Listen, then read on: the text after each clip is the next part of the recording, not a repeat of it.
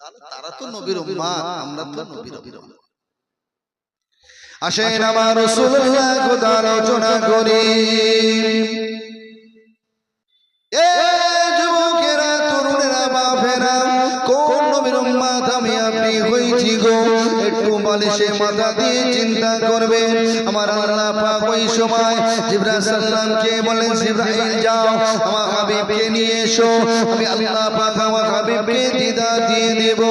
এই যুবকেরা, তরুণেরা, আমার হাবিবের মর্যাদা আল্লাহ কেমন দিয়েছে দেখেন।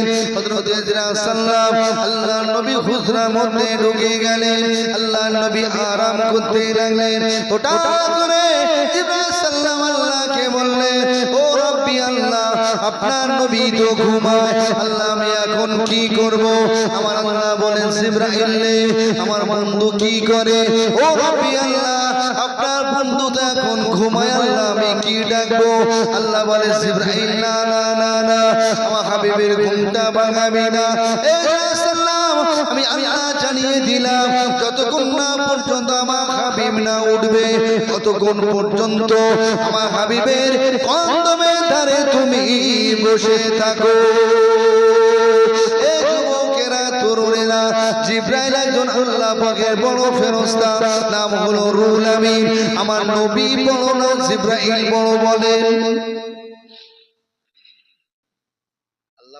বড় ফেরেশতার নাম হচ্ছে রুহুল আমিন। জিবরাইল আলাইহিস সালাম উনি বড় না আমার নবী বড়? কার সম্মান?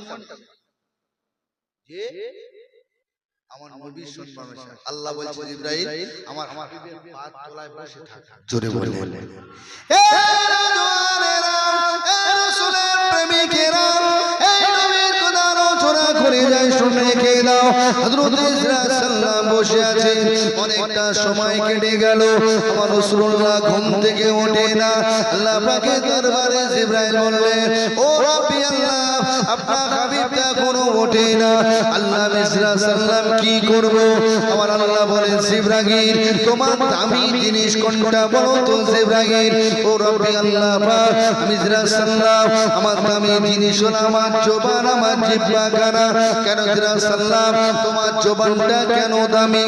আল্লাহ পাক এই জবান দ্বারা আমি ইসরাঈল সাল্লাম আপনার নামে কোটি কোটি কোটি কোটি বছর জপ থেকে করেছি আল্লাহ, আপনাকে ইবাদত বন্দেগী করেছি আল্লাহ, তাই আমি ইসরাঈল সাল্লাম মনে করি আমার জবানটা হলো দামি।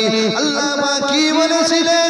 ও হযরত ইসরাঈল সাল্লাম, তোমার ওই জবানের থেকে একটা কি দামি জিনিস দেখতে চাও? হ্যাঁ আল্লাহ, আমি ইসরাঈল সাল্লাম দেখতে চাই আমার জবানের থেকে কি এমন দামি জিনিস আছে। আল্লাহ পাক বলেন, ইসরাঈল সাল্লাম আমার হাবিব কি করে? আল্লাহ পাক আপনার পিয়ারা নবী, নূর নবী, হাবিবুল্লাহ নবী জনাবে মুহাম্মদ রাসূলুল্লাহ সাল্লাল্লাহু আলাইহি ওয়াসাল্লাম ঘুমায়। আমার আল্লাহ বলেন, জিবরাইল তোমার এই দামি জবানটা দিয়ে, তোমার এই দামি জিহ্বা খানা দিয়ে আমার রাসূলুল্লাহর খন্দন মুবারকে চুম্বন খেতে লাগো। জিবরাইল সাল্লাল্লাহু জবান খানা দিয়ে রাসূলুল্লাহ